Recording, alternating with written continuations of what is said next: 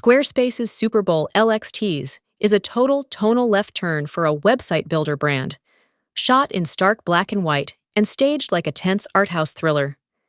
In the teaser titled Unavailable, Emma Stone is shown in a raw, emotional close-up before the camera drifts to a mysterious, isolated building, letting the atmosphere do the talking rather than spelling out the message. The bigger story is the creative pairing.